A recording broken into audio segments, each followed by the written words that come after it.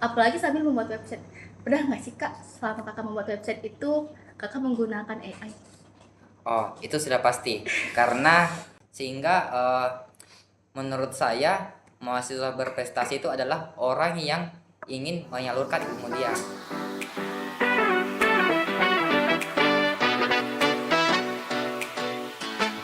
Assalamualaikum Assalamualaikum warahmatullahi warahmatullahi wabarakatuh. wabarakatuh. Halo Sobat Citizen, kembali lagi bersama kami di SI Podcast dari Himpunan Mahasiswa Jurusan Sistem Informasi. Bagaimana nih kabar kalian? Pastinya baik ya, karena kami pun juga di sini baik dan hadir dengan untuk menemani kalian dan memberikan informasi-informasi yang pastinya juga menarik. Oh iya, perkenalkan nama aku Putri dan kali ini aku tidak sendiri, aku ditemani oleh. Halo semua, aku Mahir.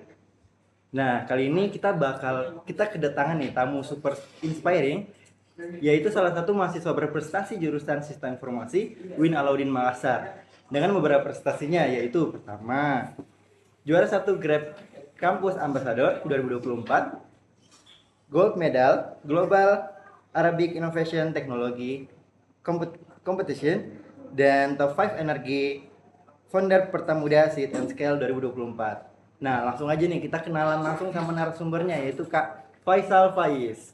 Ya, halo, perkenalkan nama saya Faisal Faiz. Saya sendiri dari angkatan 2021 Sistem Informasi. Dan untuk kesibukan akhir-akhir ini ya seperti biasa ya. Semester akhir pasti skripsi. Sibuk banget ya kayak untuk Ah, menyiapkan skripsi Sangat kita. sibuk. Nah Kak, kalau kita akan flashback kembali nih ya Kak, bagaimana sih Kak perjalanan Kakak sebagai seorang mahasiswa dan sampai sekarang tuh Kakak memiliki prestasi yang sangat banyak. Kalau untuk perjalanan dari awal itu sangat berat ya, terutama di jurusan sistem informasi yang dimana itu terkenal sangat sulit. Apalagi kita ini mengambil ranah IT dan juga ranah bisnis. Nah, di awal-awal perjalanan itu saya pertama-tama mengumpulkan relasi, yaitu dengan beraktivitas mengikuti beberapa volunteer untuk mengumpulkan orang-orang yang relevan dengan bidang saya. Setelah mengumpulkan orang-orang tersebut, saya menjalin komunikasi dan mengerjakan beberapa proyek dan memulai untuk mengikuti lomba-lomba yang akan kedepannya diikuti untuk perjalanan dari awal itu. Wah. Oh, kayaknya Kakak hebat ya relasi Kakak sama orang-orang yang terbanyak yang Kakak temui. Iya, betul sekali. Nah, terus Kak, ini kan banyak sekali prestasinya nih. Pasti kayak ada awal nih, motivasi awal. Apa sih Kak motivasi awalnya Kak Faiz sampai sekarang yang masih dipegang teguhnya sampai sekarang? Kalau motivasi awal itu pertama-tama saya pernah scroll IG melihat orang-orang yang berprestasi. Di situ awal saya melihat, oh ini orang berprestasi pasti pintar ya. Nah, setelah melihat tersebut saya jadi termotivasi untuk mengikuti lomba awal. Untuk lomba awal itu pada yang pertama kali saya ikuti itu kalau waktu kuliah ya 2021 pas maba. Nah, di situ saya ada tim 3 orang yang eh, saya selalu ajak lomba. Namun di awal-awal tersebut kan baru pertama pasti kalah-kalah terus. Iya. Nah, di tim 3 orang tersebut saya belajar. Oh, ini saya masih kurang, saya mesti belajar lagi. Akhirnya saya mencari lagi pengalaman dan juga orang-orang yang terdahulu pernah mengikuti lomba tersebut untuk belajar apa sih yang kurang, apa sih yang perlu dipelajari lagi mengenai untuk melihat diri saya itu apa kurangnya sehingga saya memperbaikinya dan kedepannya itu tidak gagal atau belajar dari kesalahan lah sebelumnya. Wah, berarti dari aku dengar cerita Kakak dari lomba-lomba awal aja itu udah banyak banget kegagalan ya yang Iya, Kakak banyak hadapi. sekali. Nah, kalau begitu Kak, bagaimana sih Kak caranya Kakak untuk menghadapi tantangan-tantangan? Apalagi kan pasti lomba awal itu kan pasti sangat sulit, apalagi berhadapan dengan orang-orang yang sudah banyak pengalaman nih. Betul. Apa nih Kak tantangan terbesar Kakak selama menjadi mahasiswa berprestasi selama mengikuti lomba ini? Tantangan terbesar itu ketidaktahuan. Misal nih, saya mau buat proposal KTI, esai atau business plan. Eh, saya tidak tahu ini strukturnya kayak bagaimana, outline-nya bagaimana, dan juga eh, saya melihat kalau saya tidak tahu, tidak mungkin saya harus berhenti di situ saja. Saya mencari tahu, menghubungi, kan di awal tadi saya jelaskan, saya bertemu orang yang pernah menang atau pernah kalah. Di situ saya belajar melihat, oh ternyata strukturnya tuh harus seperti ini dan begitu. Yang ini tuh harus diperbaiki, begitu. Begitu sih kalau dari saya tantangan terbesarnya, ketidaktahuan. Oh, tidak ketahuan nih Kak. Jadi sangat penting ya untuk kita mengetahui nih, mencari relasi pada orang-orang sekitar kita. Iya. Nah kan Kak, kita bahas nih pasti ada yang namanya manajemen waktu. Iya. Jadi kan ini sangat penting nih, poin penting nih di sini. Ke Faiz ini ada nggak tips and triknya untuk mahasiswa-mahasiswa cara memanage waktu mereka ini untuk lebih baik lagi ke depannya Kak? Oke, mengenai manajemen waktu ya. Yang pertama itu kita harus menentukan prioritas kita. Nah, misal nih, saya kan ini lumayan banyak mengikuti aktivitas ya, karena pribadi saya sendiri kalau tidak ngapa-ngapain itu sama dengan mubazir. Oh, Nah, jika saya tidak melakukan sesuatu itu, saya merasa kayak bosan, jenuh. Nah, di situ saya mengikuti kegiatan-kegiatan dan belajar memanajemen waktu, sehingga ada pengalaman nih sebelumnya. Saya waktu tahun 2020, awal 2023, di situ saya mengalami tantangan yang sangat berat. Yang pertama itu saya menjadi ketua panitia di 3 kegiatan berbeda di bulan yang sama. Di situ eh, semua waktu saya sangat terkuras habis. Tapi saya berusaha sebaik mungkin bagaimana agar tidak ada orang yang dirugikan.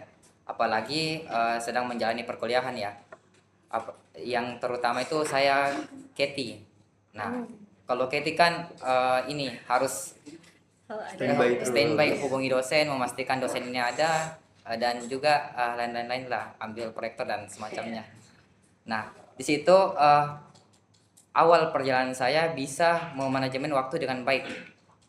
Di 3 kegiatan berbeda ini, kan saya jadi ketua panitia. Di situ saya harus menentukan bagaimana kalau kegiatan ini harus jalan lancar, tidak boleh dirugikan. Terus manajemen agar bagaimana semua hal-hal tersebut terpenuhi saat hari H kegiatan, sehingga saat waktu tersebut tidak ada yang tidak ada yang terkuras, ya terbuang habis dan juga merugikan orang. betul. Jadi kesimpulannya itu kita tentukan prioritas, yang mana jika kita ada di situ, jika kita ada di situ kegiatan tersebut jalan. Namun jika kita tidak ada di situ, kegiatan tersebut tetap jalan, namun kita bisa memprioritaskan hal lain. Betul. Wah, relate banget sih Kak, apalagi yang pas Kakak bilang itu tentang ada 3 ya, Iya. 3 ketua nih. Wah, kayaknya berat banget ya, apalagi kita aja nih yang masih mengikuti organisasi aja tuh kayak, wah udah capek banget, udah lelah banget. Tapi ada nggak nih Kak, salah satu tips nih Kakak untuk selalu tetap fokus dengan satu tujuan, walaupun dengan banyak kegiatan Kakak yang Kakak lakukan? Kalau untuk tips fokus sendiri itu, yang pertama kita harus menentukan target kita. Misal target kita hari ini atau hari Kamis lah, 2 hari ke depan itu harus selesai. Kita buat semacam di kalender itu kayak ini, timeline ya, notulensi. Kalau misal hari esok 3 poin ini harus selesai, lusanya 3 poin harus selesai, sehingga apa yang sudah kita atur dari awal hingga akhir itu tidak ada yang terbuang satupun. Oh, berarti udah tertata rapi Iya, ya untuk terplanning. setiap tanggalnya nih. Jadi kalau misal ada janjian nih teman ngajak ngumpul, nah ngajak kumpulnya itu tiba-tiba, misal besok kumpul yuk. Nah, kita lihat dulu teks 3 planning kita apakah sudah terpenuhi 3 di hari tersebut. Nah, jika sudah terpenuhi 3 di hari tersebut, kita boleh terima ajakan teman kita, misal oke nih ayo ngumpul gitu. Nah, namun jika dari planning tersebut di hari tersebut tidak ada yang selesai dari ketiganya, kita bisa merevisi ulang atau menjadwalkan ulang. Kalau misal hanya 2 yang terpenuhi, namun kita eh, nggak enak nih mau Menolak nolak ya. ajakan teman, kita lempar satu planning kita itu ke hari depan. Oh jadi hari depan ini yang dari 3 jadi 4 yang harus diselesaikan. Mungkin seperti itu sih. Oh ya kak, kan tadi kan kakak bilang kalau misalnya ada satu jadwal di hari itu terus akan dipindahkan ke depannya. Tapi bagaimana nih kak, semisal tiba-tiba ada jadwal di saat itu hari juga di bagian ke depannya, apakah kakak bakal mengatur ulang atau memang kembali lagi? Kalau untuk hal tersebut ya itu kan di luar kehendak kita, otomatis kita mesti begadang ya, tapi tidak disarankan untuk selalu begadang untuk mengerjakan, apalagi kan di SI ini terkenal dengan banyak praktikum, Ya. asistensi dan laporan lah. Nah untuk begadang itu dianjurkan untuk tidak sering, karena jika kita terlalu sering begadang otomatis kesehatan kita tidak baik. Nah saya sendiri itu begadang hanya jika waktu tersebut besok ada acara penting dan harus selesai planningku yang hari ini. Jadi kesimpulannya itu begadang boleh asalkan tidak sering. Yang penting apa yang kita kerjakan itu selesai. Kan itu betul banget guys ya. Jadi itu boleh aja begadang tapi jangan terlalu sering, karena kenapa? Kesehatan itu yang paling utama, apalagi khusus untuk anak SI, tetaplah menjaga kesehatan. Nah, Kak, jadi nih untuk manajemennya berarti nih planning lah. Iya. Yang paling bagus nih menstrukturkan semuanya dan mengedepankan apa yang paling penting. Nah, Kak, tadi kan di awal sudah aku sebutin nih, Kak, prestasi-prestasinya. Di luar dari yang aku sebutin mungkin ada Kak Faiz punya prestasi lain yang paling memikat, yang paling menarik nih, yang iya. paling jadi pelajaran bagi Kak Faiz sendiri. Ada Oke. nggak? Yang pertama sendiri itu yang paling berkesan itu saya mengikuti lomba internasional yang pertama kali saya ikuti ya. Itu diajak teman saya dan juga kajurnya untuk membuat sebuah website. Ini pertama kalinya saya membuat website itu berbahasa Arab. Nah, berbahasa di sini tuh tantangannya kan kita dari kiri ya. Iya. Ini tuh dari kanan. Sambil membuat website, saya tuh belajar, kan nggak asal Google Translate aja misal Iya, Indonesia betul. ke Arab untuk tampilannya seperti ini. Hmm. Nah, kebetulan juga ada teman saya membantu. Itu saya menyelesaikan websitenya itu sekitar 2 minggu. Oh, 2 minggu. 2 minggu. Lalu saya sambil belajar juga untuk bahasa Arab karena presentasinya itu full bahasa Arab. Oh, Di situ sambil saya mengerjakan website, saya juga sambil belajar bahasa Arab yang waktunya itu sangat mepet. Yang awalnya tuh saya tidak terlalu tidak terlalu paham. Namun karena waktu dan juga tanggung jawab, saya sudah mengiyakan kalau akan mengikuti ini, saya harus menuntaskannya hingga akhir. Jadi apa yang dimulai di awal itu kita tidak boleh menyerah. Awalnya itu saya mau menyerah, bilang, wah saya tidak bisa nih buat website bahasa Arab, fiturnya tuh seperti ini dan lain-lain. Apalagi saat presentasi demo aplikasinya tuh bahasa Arab juga di dewan juri yang eh, ini yang bakal bertanya itu pasti bahasa Arab dan jawabnya bahasa Arab juga. Dan juga yang kedua itu yang pertamuda. Di situ pengalaman yang paling berkesan buat saya, karena kalau yang tadi kan 2 minggu, Iya. iya. ini persiapannya itu 4 bulan dari awal rencana produk sampai ke tahap akhir. Nah di sini dari awal itu banyak sekali kegiatan yang apalagi kan waktu itu saya KKN, jadi tertunda dulu. Namun ide atau inovasi yang akan dibawakan itu tetap jalan. Nah selanjutnya itu tahap bagaimana komunikasi dengan teman saya yang yang jadi tantangan saat perjalanan tersebut itu saat presentasi di mana jurinya itu full bahasa Inggris. Jadi kita itu menjawab juga dengan bahasa Inggris. Nah, di saat itu juga saya berpikir, oh ternyata bahasa itu sangat penting. Apalagi yang tak terduga, saya harus misal tiba-tiba bahasa Arab, tiba-tiba bahasa Inggris. Itu pun menurut saya sangat sangat susah. Nah, untuk yang ketiga tadi itu yang Grab Campus Ambassador, untuk tantangan di awal itu kan itu programnya 1 bulan ya. Iya. Di minggu pertama, minggu kedua itu saya tidak terlalu, performa saya kan masih belajar, masih tahap menyesuaikan lah. Saya itu bertemu dengan orang-orang dari kampus lain yang sangat hebat di bidang digital marketing, sehingga di minggu pertama hingga minggu kedua itu eh, bisa dibilang saya kalah lah. Namun setelah saya mempelajari semua hal tersebut, di minggu ketiga hingga minggu keempat saya bisa 2 kali lipat mendapatkan target dari peserta-peserta dari kampus lain. Itu sih kalau dari saya. Jadi soft skill itu sangat penting, ya, terutama adaptasi dan bahasa. Wah, kayaknya panjang banget ya tadi ya kita dengar ya. Dan banyak juga tantangan yang dihadapi. Tapi Kak, aku mau tanya nih Kak. Ini kayaknya tanya itu bakal sensitif banget ya. Iya. Kak, kan tadi kan itu Kakak selama 2 minggu itu membuat website dengan bahasa Arab. Dan bagaimana kan Kakak juga udah belajar bahasa Arab. Kan itu belajar bahasa Arab itu kan nggak mudah banget. Iya. Apalagi sambil membuat website. Pernah nggak sih Kak, selama Kakak membuat website itu Kakak menggunakan AI? Oh, itu sudah pasti. Karena kita harus memanfaatkan teknologi. Jika kita tidak memanfaatkan teknologi, kita akan tertinggal. Misal nih, kita bandingkan orang yang membuat website itu tanpa AI 1 bulan. Namun ada juga orang yang membuat website menggunakan AI 1 minggu. Kita lihat mana yang lebih disukai dari klien tersebut atau dari orang yang ingin dibuatkan website. Pasti yang tercepat. Jadi adaptasi terhadap teknologi itu sangat penting. Tidak ada orang yang ingin menunggu lama untuk sesuatu hal yang membuang-buang waktu. Jika ada teknologi yang bisa mempercepat waktu tersebut, yang awalnya lama bisa menjadi singkat.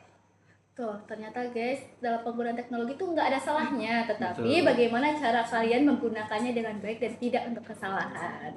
Wah, bagus banget sih tipsnya sih untuk Kakak. Berarti untuk pakai AI itu nggak salah kan ya, Kak? Nggak salah, itu bisa dibenarkan. Namun ada beberapa hal itu yang tidak dibolehkan, kayak mencontek saat ujian dan lain-lain. Wah, nggak boleh guys untuk mencontek. Tapi kalau untuk sedikit-sedikit boleh lah.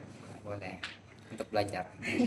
Nah kan tadi kan banyak banget nih prestasi yang kayak Kak Fai sebutin, terus kayak banyak sekali kegiatan-kegiatannya.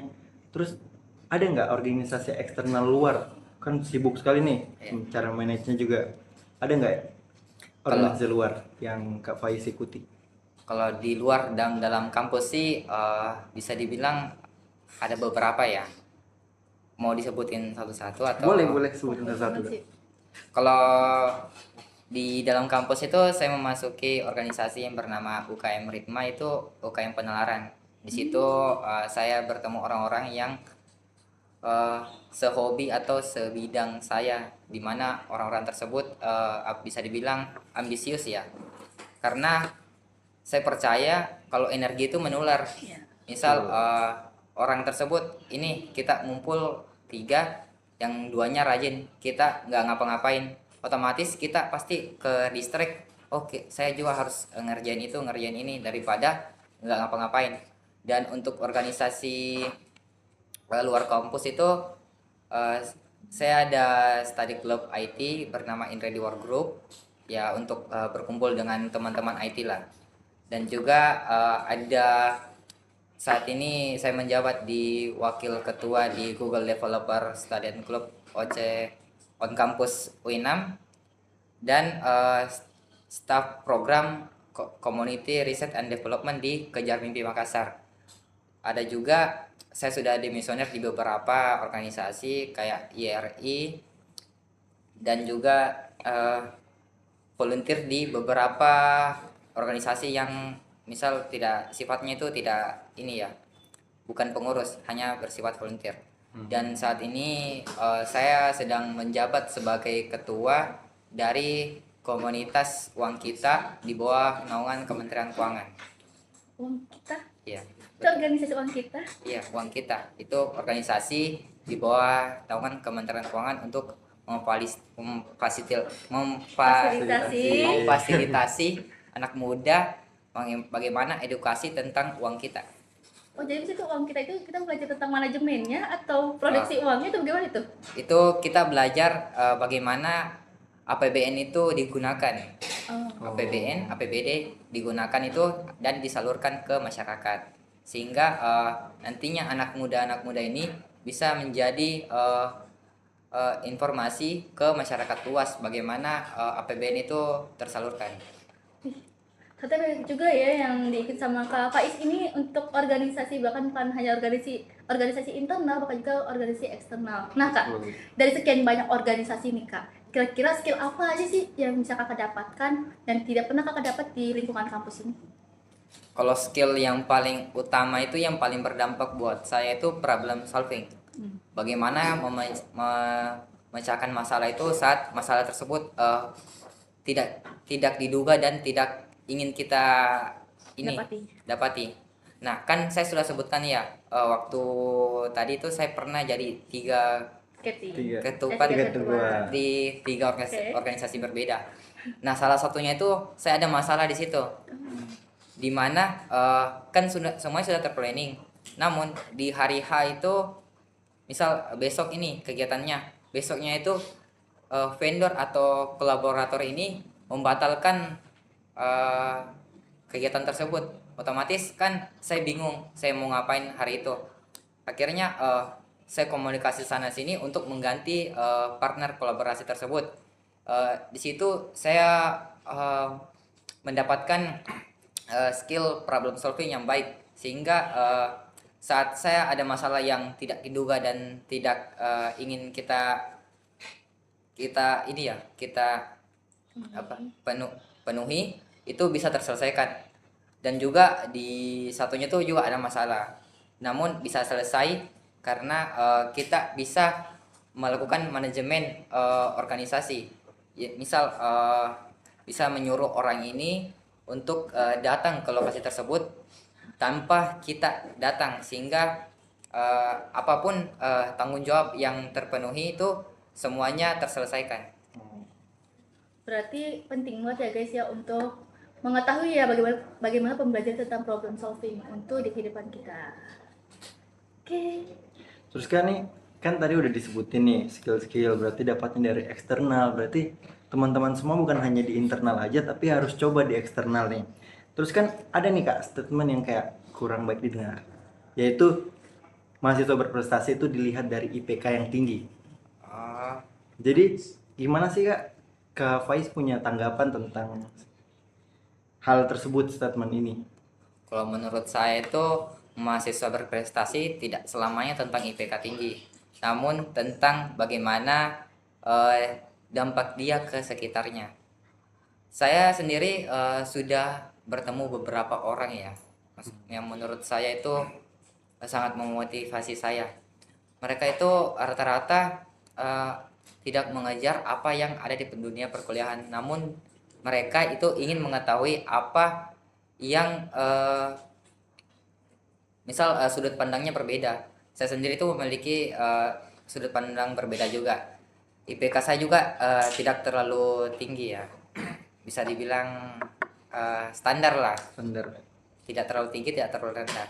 Di situ namun saya di situ bisa melihat kalau orang-orang di sekitar saya ini saya pernah menanyakan juga IPK-nya berapa ini dan sebagainya, itu standar juga.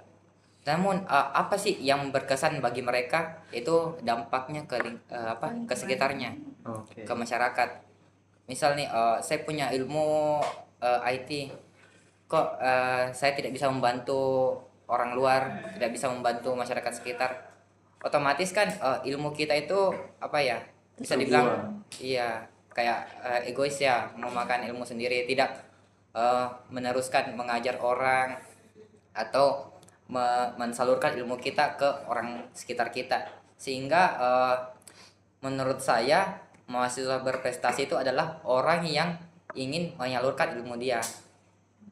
Oh, berarti kalau ingin menjadi seorang berprestasi itu bukan terpatok di IPK guys, tetapi dari kemauan kita sendiri untuk menyalurkan. Berarti kalau kita menyalurkan ilmu ke orang lain itu bukan memberikan kita suatu pesaing, tetapi malah melatih kita untuk ternyata kemampuan kita tuh sampai segini gitu. Betul. Wah, kayaknya udah lama banget ya nih kita banyak berbincang nih. Nah, kebetulan kita tuh akan kedahapan Q&A daripada sobat-sobat Citizen. Mungkin kita akan langsung lihat apa saja ya pertanyaannya. Nah, yang pertama itu ada dari @latifah ramadhani. Kak, untuk mahasiswa semester 6, pengen banget nih jadi mahasiswa berprestasi. Apa aja sih nih Kak tips and triknya? Oke, untuk tips dan trik untuk menjadi mahasiswa berprestasi di semester 6 itu menurut saya adalah hal yang paling mudah ya daripada yang semester-semester awal. Di semester 6 itu kita sudah melewati hampir keseluruhan fase perkuliahan. Otomatis semua ilmu yang ada di perkuliahan itu kita sudah dapat, mulai dari organisasi dan juga akademis. Sehingga saat kita mengikuti sesuatu kayak lomba itu, misal di organisasi nih kita dapat skill kepemimpinan, kita tuh bisa percaya diri saat mengikuti lomba. Nah, kan di semester 6 juga kita sudah dapat semua ilmunya, otomatis kita saat mendaftar lomba ataupun ikut lomba itu kita tidak ini lagi terbata-bata atau canggung saat misal presentasi ataupun ingin menemukan ide, karena kita sudah dapat passion kita ataupun apa yang kita minati, sehingga kita menguasai suatu bidang. Dan juga apa ya, kan di setiap jurusan pasti punya peminatan ya, terutama di SI kayak hipster, hustler, hacker. Nah, di salah satu tersebut kan di semester 5 kita sudah memilih kita harus bisa di bidang desain, ini harus bisa di bidang IT, ini harus bisa. Nah, kalau misal ikut lomba itu kan banyak nih lomba, ada desain, ada IT. Kita fokus sesuai dengan keilmuan kita. Betul. Misal ada desain, kita daftar yang desain-desain saja. Jangan ambil yang IT yang bukan bidang kita. Otomatis kita tidak menguasai, terkecuali nih. Misal perlombaan tersebut itu adalah tim. Nah, kita dalam tim kan butuh desain, butuh IT juga. Otomatis kita bisa mengikuti tersebut. Namun ini case-nya jika individu. Jadi kalau misal kalian individu itu ikuti lomba sesuai dengan passion kalian. Kalau tim itu usahakan itu kalian tetap berada di passion kalian di tim tersebut. Kalau desain ya desain, kalau IT ya IT dan semacamnya. Oke, jadi dari awal itu kita sudah tentukan passion kita ya sampai berkelanjutan. Oke, kayak kita bakal lanjut ke pertanyaan kedua nih. Oke, baik. Pertanyaan keduanya ini ada dari @fitra adel underscore. Tip buat yang baru pertama kali mau ikut lomba. Oke nih, tips buat pertama kali ikut lomba ya. Kalau tips pertama kali itu kalian harus belajar ya, melihat terdahulu bagaimana dari tahap administrasi hingga jadi finalis. Dan juga yang baru pertama, saya kan tadi menceritakan kalau pertama kali ikut lomba itu ada kayak puluhan kegagalan lah, bisa dibilang puluhan. Itu saya belajar, kalau saya gagal hari ini, besok saya gagal lagi, berarti saya tidak belajar dari sebelumnya. Jadi kalau kalian baru pertama kali ikut lomba, usahakan itu kalian belajar tersebut, mulai dari soft skill ataupun hard skill dari apa yang ingin kalian ikuti. Oh, berarti kalau kegagalan itu bukanlah hal pertama yang itu kita menyerah, tetapi harus belajar kembali lagi dengan hal yang lalu yang terjadi. Betul. Pertanyaan terakhir itu dia dari @_amanah. Gimana sih Kak caranya biar bisa punya rasa percaya diri untuk kita tuh bisa ikut lomba? Oke, untuk rasa percaya diri itu yang pertama mungkin pede ya. Kepedean itu dibentuk saat kita sering berbicara. Nah, untuk sering berbicara itu kita bisa dapat dari skill organisasi ataupun mengikuti volunteering. Nah, jika kita sudah sering berbicara, melihat orang bagaimana menanggapi kita pun bisa melihat kalau diri kita itu penyampaiannya sudah bagus. Jadi saat pertama kali ikut lomba itu kita bisa menyalurkan apa yang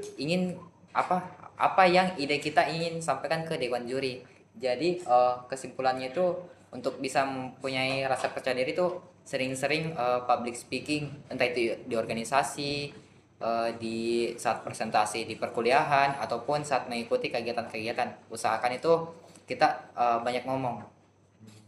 Oke, kayaknya semua pertanyaan dari media sosial kami itu kalian sudah terjawab banget ya. Mungkin kalian bisa ikutin tips and triknya dari Kak Faiz. Wah, kayaknya udah banyak banget ya. Kita dari tadi berbincang lama-lama dari bagaimana cara perjalanannya Kak Faiz, terus apa saja tips and triknya, dan apa saja yang tantangan dari Kak Faiz hadapi. Dan kita juga sudah menjawab pertanyaan-pertanyaan kalian di media sosial. Oke, dan oh ya, untuk kalian nih ya, jangan lupa untuk nontonin terus episode kami, karena kenapa kita bakal hadir memberikan kalian informasi banyak sekali dan juga pastinya menarik, membahas tentang isu-isu apa saja. Dan juga untuk kalian jangan lupa subscribe, like, and comment, dan juga share video kita kali ini di media sosial kalian.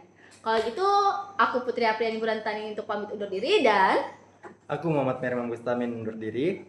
kami dari Si Podcast pamit undur diri. Wassalamualaikum warahmatullahi wabarakatuh.